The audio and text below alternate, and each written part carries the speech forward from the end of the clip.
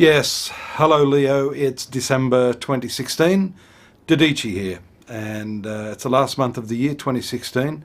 I'd like to just start by thanking all of you who've been tuning in to my monthly broadcasts. Thank you. For those of you that are new, it's never too late to gain an insight into what your horoscope has to say right now and for what's happening in the coming months. So if you stick around, you'll see that we try to mix things up, try to take a slightly different approach by looking at the themes that are important at any given time, especially with these lunations.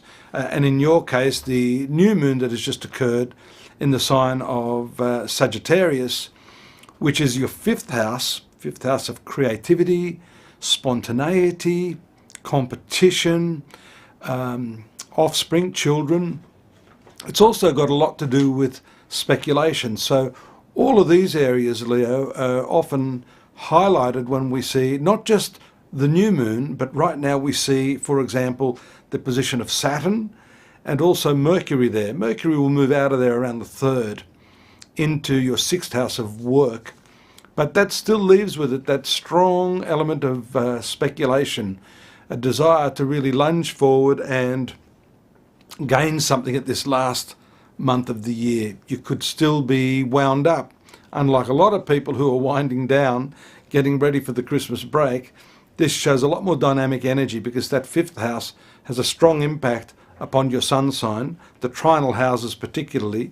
That triangulation, the energy from those planets there really bolsters the sun sign. So that's giving you a lot of drive, and especially with your ruling planet, well, the ruler, we know the sun is not a ruler, but the sun is there in that 5th house, bringing with it a lot of dynamic energy and competitiveness. It is at the right angle to the North Node in your 2nd house, so you've got to be careful of any sort of speculation.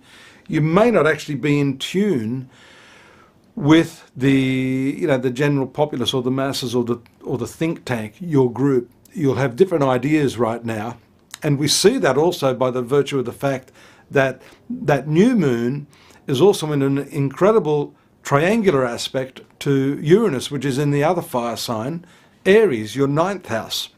So that's also bringing with it a whole range of progressive thinking, progressive creative ideas and concepts. And by the way, I left out one of the main elements of that 5th house is love affairs. So for those of you, especially if you are single, there could be a lot of activity in that area over the Christmas period. Still, we've got Pluto and Venus in the 6th house. That's work related. I've noticed Venus in the 6th gives a taste for sugar. And if it has a difficult aspect to the North Node, then it can signal such diseases as diabetes.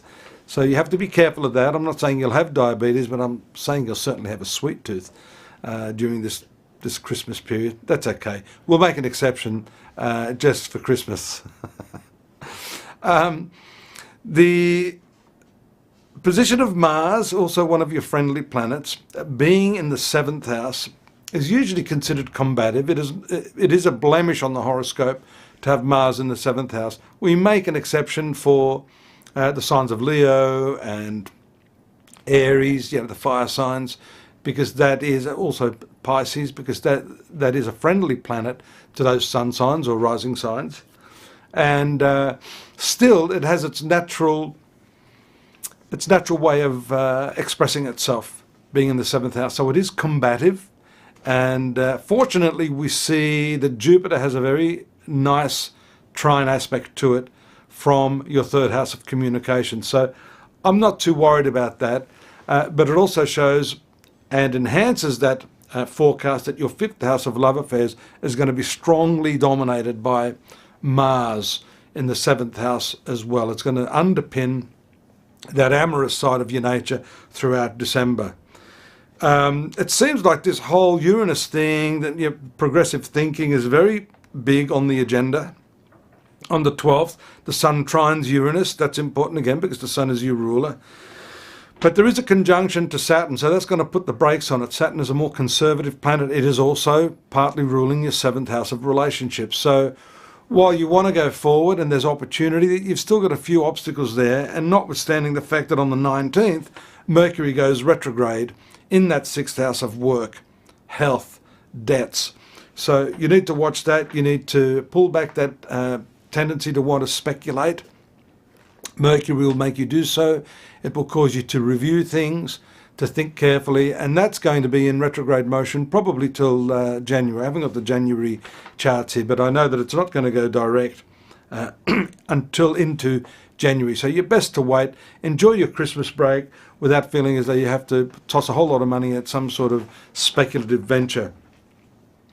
The trine aspect of Venus to Jupiter is also lovely. Venus is ruling your professional activities, and this shows some breakthrough in your work, maybe some accolade or some last minute bonus for you. This is a really nice placement, and although you've worked hard, this could be that cherry on the top of the cake just at the last stage of the year.